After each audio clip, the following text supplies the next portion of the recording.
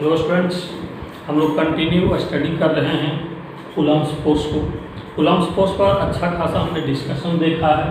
Previous class में बता रहे थे कि 2 पॉइंट चार्ज अगर एयर में रखा जाए और मीडियम में रखा जाए तो इक्विवेलेंट डिस्टेंस को हम कैसे रिप्रेजेंट करते हैं। उसी एप्लीकेशन से रिलेटेड फिर आज हम स्टडी करने जा रहे हैं force of interaction between two charges. If a dielectric of thickness T and dielectric constant K or relative permittivity epsilon r is kept in between the two। हमने आपको समझाया था कि डाइलेक्ट्रिक कांस्टेंट रिलेटिव परमिटिविटी दोनों same ही fact होता है, पर dielectric constant के लिए K रिप्रेजेंटेशन लेते हैं और रिलेटिव परमिटिविटी के लिए एप्सिलॉन r लेते हैं। इसमें ये डिस्कस करना है कि 2 पॉइंट चार्जेस है, one Q1 and other Q2, और दोनों के बीच का डिस्टेंस r है। दोनों के बीच का डिस्टेंस r है। तो Q1 और Q2 के बीच का डिस्टेंस r है और इसमें एक डाइलेक्ट्रिक मीडियम रख दिया गया है जिसका थिकनेस दिया हुआ है T।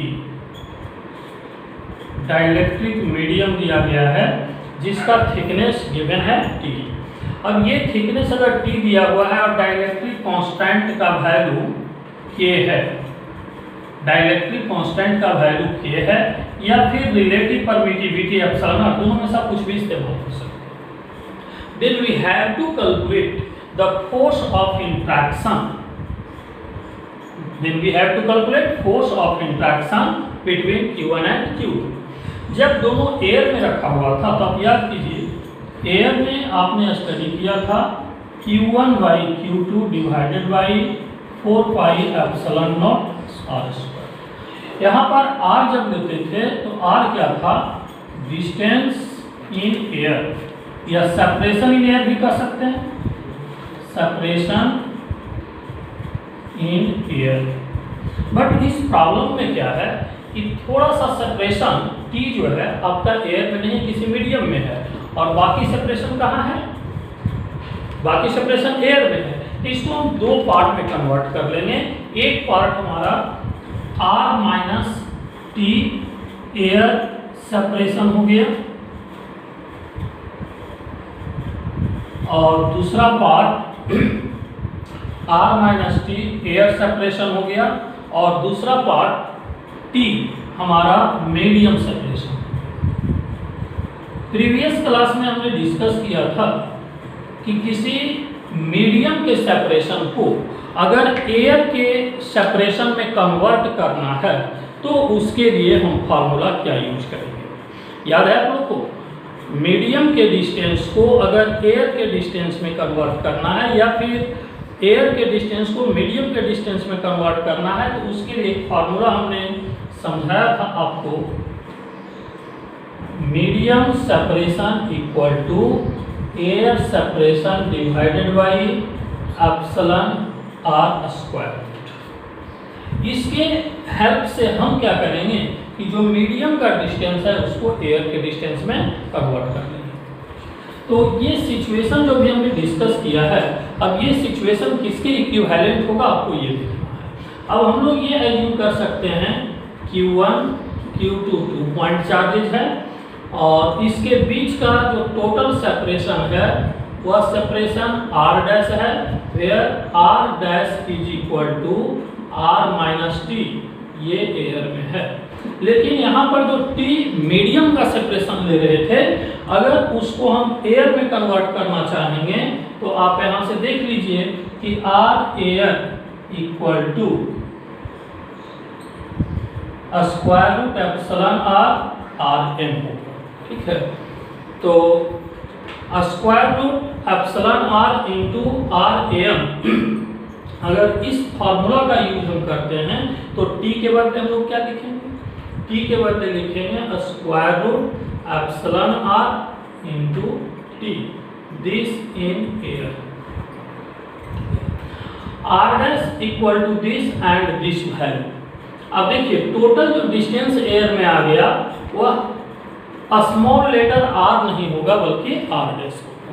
अब फोर्स बिटवीन 2 पॉइंट चार्जेज आप लिखेंगे तो Q1 Q2 F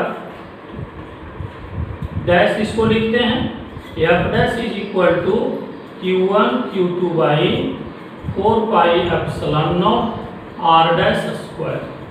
अब R डैश स्क्वायर के जगह पर क्या हो जाएगा, F dash is equal to Q1 Q2 divided by 4 pi epsilon not R minus T plus square root epsilon R into T का whole square. This value is F dash.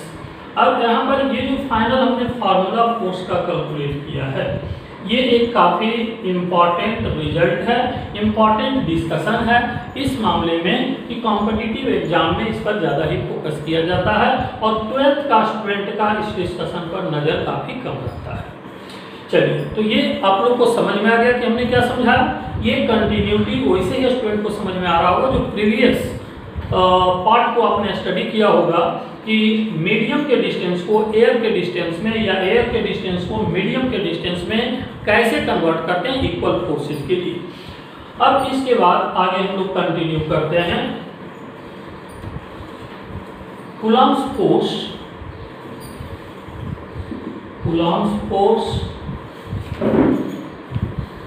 For multiple charges. Coulomb's for multiple charges. Multiple charges के लिए Coulomb's force कैसे हम लोग discuss करेंगे। Multiple charges का sense क्या है। अभी तक टोटल डिस्कशन में हमने 2 पॉइंट चार्जेज ही कंसीडर किया था, बट मल्टीपल चार्जेज का मतलब 2 से मोर देन चार्जेज अगर हो तब वहां पर फोर्स का डिस्कशन हम कैसे करेंगे। उसके लिए हमें कुछ वेक्टर का भी नॉलेज होना चाहिए। इसमें केस फर्स्ट हम लोग डिस्कस करते हैं। Q1 Q2 2 पॉइंट चार्जेज है। Q1 Q2 2 पॉइंट चार्जेज है और इसके इन बिटवीन में एक तीसरा चार्ज Q रखा गया है। हो सकता है कि ये इन बिटवीन भी रखा जाए, आउटसाइड भी रखा जाए। आपसे पूछेगा, इसको आप पॉजिटिव चार्ज ले लें, वो जो भी रहेगा सिचुएशन नोमेरिकल में दिया हुआ रहेगा, बट यहाँ पर हमने कंसीडर किया ये दोनों पॉजिटिव चार्ज है। इसमें आपसे पूछेगा find the amount of charge capital Q such that system remain in equilibrium. Find the amount of charge Q such that system remain in equilibrium, ताकि यह सिस्टम इक्विलिब्रियम में रह सके। अब यहाँ पर आप देखो कि सिस्टम को इक्विलिब्रियम में रहने का कंडीशन हमसे पूछा गया है। आप लोग न्यूटन्स लॉ से पढ़ते आ रहे होंगे कि इक्विलिब्रियम में जब भी कोई पार्टिकल होता है तो उस पर लगने वाला नेट फोर्स 0 होता है। याद है आप लोग को, इक्विलिब्रियम में जब भी कोई पार्टिकल होता है तो उस पर लगने वाला नेट फोर्स 0 होता है। तो अगर ये सिस्टम के इक्विलिब्रियम की बात कर रहा है, ये कोई एक सिंगल पार्टिकल के इक्विलिब्रियम की बात नहीं कर रहा है। तो यहाँ पर अब आपकी मर्जी है, या तो आप इसका इक्विलिब्रियम सोचिए, चाहे इसका इक्विलिब्रियम सोचिए, चाहे इसका इक्विलिब्रियम सोचिए। मतलब इस पर नेट फोर्स 0 आप करें, चाहे इस पर नेट फोर्स 0 करें। यहाँ पर मल्टीपल चार्जेज है, मोर देन 2 चार्जेज है। अब मान लो कि किसी एक चार्ज Q2 को हम कंसीडर करते हैं, तो Q2 पर लगने वाला फोर्स Q1 के वजह से भी होगा और Q2 पर लगने वाला फोर्स कैपिटल लेटर Q की वजह से भी होगा। Q1 की वजह से अगर फोर्स देखते हैं तो ये फोर्स ऑफ रिपल्सन होगा और F1 इस डायरेक्शन में होगा। फिर ये इक्विलिब्रियम में कैसे रहेगा? इसके इक्विलिब्रियम में रहने के लिए इस पर नेट फोर्स 0 होना चाहिए। तो यहाँ पर इस पर जो फोर्स लगा रहा है, एक चार्ज ये है और दूसरा चार्ज ये है, तो ये अगर रिपल्सन दे रहा है तो इसको क्या देना पड़ेगा? अट्रैक्शन। और ये अट्रैक्शन कब देगा? जब ये पॉजिटिव चार्ज है तो इसको क्या होना चाहिए? नेगेटिव चार्ज होना चाहिए। और ये नेगेटिव चार्ज होगा तो इस पर अट्रैक्शन का फोर्स इधर की ओर लगेगा।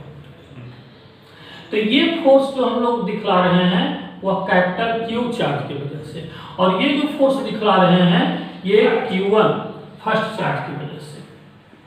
और इक्विलिब्रियम में होने के लिए नेट फोर्स 0 होना चाहिए। अगर सेपरेशन इसका हम लोग कुछ कंसीडर कर लेते हैं, Q1 और Q2 के बीच का सेपरेशन अगर d हम लोग ले लें, let small d is the separation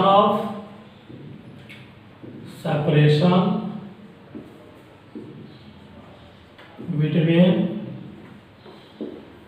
two point charges. D is the separation between 2 point charges.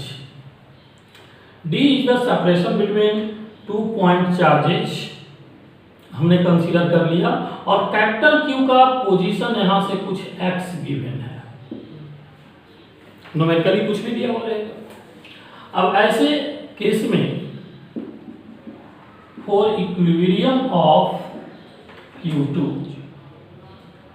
के इक्विलिब्रियम के लिए Q2 पर नेट फोर्स को हम क्या करेंगे? 0 करेंगे। Fq इक्वल टू F1, तो इसको जब हम 0 करेंगे तो Fq इक्वल टू F1 ये अगर 0 कर दिया गया है तो Fq का वैल्यू हम लोग क्या लिखेंगे? Fq का वैल्यू अगर हम लोग लिखेंगे तो यहाँ Fq मतलब force by capital letter Q charge on Q2 charge, तो इसके बीच का सेपरेशन d माइनस एक्स हो जाएगा। आप लोग समझ रहे हैं अच्छे से? तो ये d माइनस एक्स अगर हो जाएगा तो यहाँ पर आप देखें कि फोर्स का वैल्यू हम लोग लिखेंगे Fq के बदले में Q into Q2 divided by 4 pi epsilon not d minus x का होल स्क्वायर, और F1 का वैल्यू क्या लिखेंगे? Q1 Q2 divided by 4 pi epsilon not x square. तो यहां से Q2 क्या होगा? कैंसल आउट हो जाएगा। तो Q2 अगर कैंसल आउट हो गया तो यहां से 4 पाई एप्सिलॉन नॉट भी कैंसल आउट हो जाएगा। कैलकुलेट क्या करना था? कैपिटल लेटर Q, तो कैपिटल लेटर Q का वैल्यू यहां से देखो क्या हो जाएगा? Q1 into d minus x by x का whole square, then Q is equal to square root Q1 d minus x by x.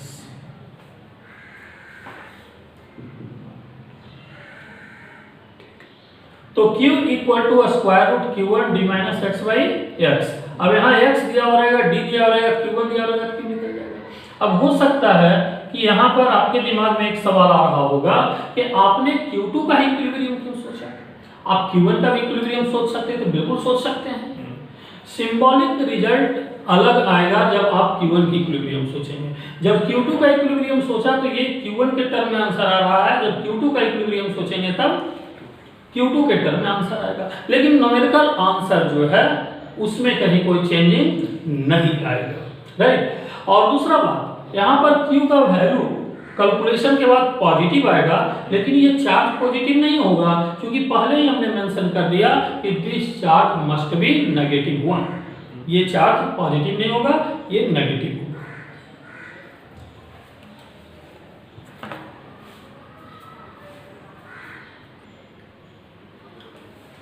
Hello student, तो केस फर्स्ट में जो हमने देखा कि for equilibrium of the system find the value of capital letter Q, और इसको हमने calculate भी किया। इसके बाद केस 2, इसी टाइप का डिस्कशन केस 2 में भी हम करने जा रहे हैं, बट थोड़ा सा चेंज उसमें आपको मिलेगा। अब हम ये देखना चाहते हैं कि थोड़ा सा चेंज क्या है।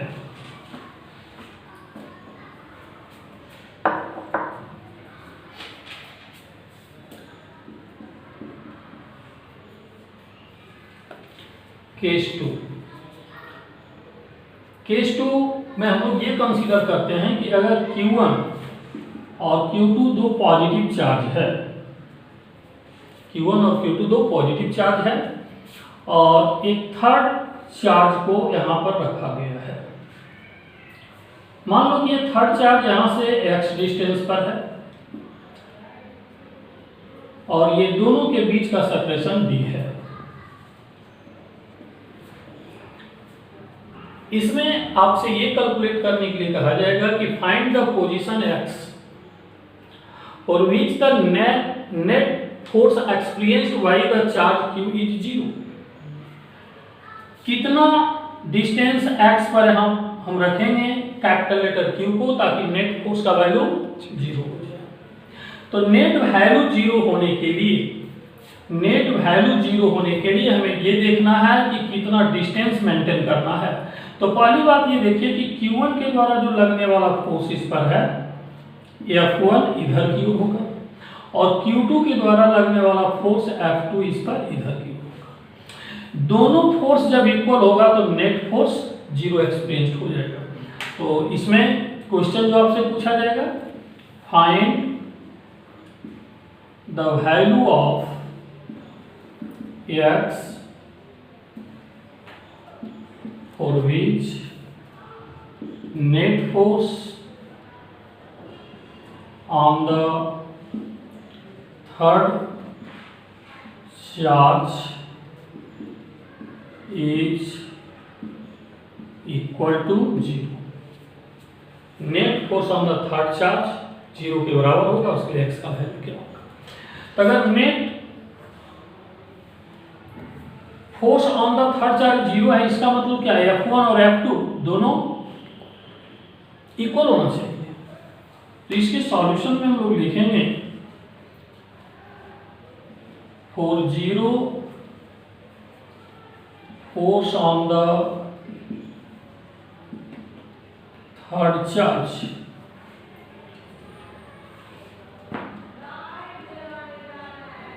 F1 equal to F2, that imply F1 जब कैलकुलेट करेंगे तो डिस्टेंस यहां से लेंगे, तो ये हो जाएगा K0 Q1 Q by x square और F2 जब लेंगे तो F2 फोर्स Q2 चार्ज के चलते लग रहा है, तो ये डिस्टेंस x है तो ये डिस्टेंस d माइनस x हो जाएगा। तो ये डिस्टेंस d माइनस x हो जाएगा। यहाँ पर हम लोग क्या लिखेंगे, K0 Q2 Q divided by d minus x का होल स्क्वायर। जो वैल्यू कैंसल आउट होता है इसको कैंसल आउट हम लोग कर रहे हैं। जो रिमेनिंग वैल्यू है Q2 by Q1 equal to d minus x by x का whole square. That imply d minus x by x equal to plus minus square root Q2 by Q1। अब यहां से आप देखेंगे तो ये दो चार्ज का रेशियो है। अब यहां पर अगर Q2 if Q2 is less than Q1 then d minus x must be less than x।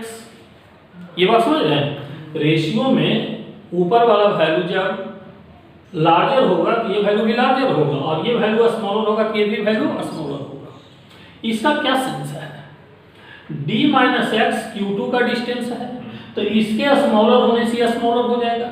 इसका मतलब क्या है कि थर्ड चार्ज को हमको इस तरीके से रखना है ताकि स्मॉलर चार्ज से स्मॉलर डिस्टेंस पर हो। जो चार्ज छोटा होगा उसका डिस्टेंस भी छोटा होगा और जो चार्ज बड़ा होगा उसका डिस्टेंस भी बड़ा होगा। That is smaller charge is at a smaller distance from third charge। and larger charge is at larger distance from third charge. A smaller charge is at a smaller distance from third charge and larger charge is at larger distance from third charge. मतलब जो charge का amount कम है कम distance पर रखा जाएगा और जो charge का अमाउंट ज़्यादा है वो ज़्यादा डिस्टेंस पर होगा थर्ड चार्ज से। या उल्टा बात आप ये भी कर सकते हैं कि थर्ड चार्ज जो है स्मॉलर चार्ज से स्मॉलर डिस्टेंस पर होगा, लार्जर चार्ज से लार्जर डिस्टेंस पर होगा। आज का डिस्कशन यहीं पर हम स्टॉप कर रहे हैं। नेक्स्ट पार्ट डी डिस्कस करेंगे तो इसका केस थर्ड भी होगा और इससे आगे और भी बहुत कुछ बातें डिस्कस करना है।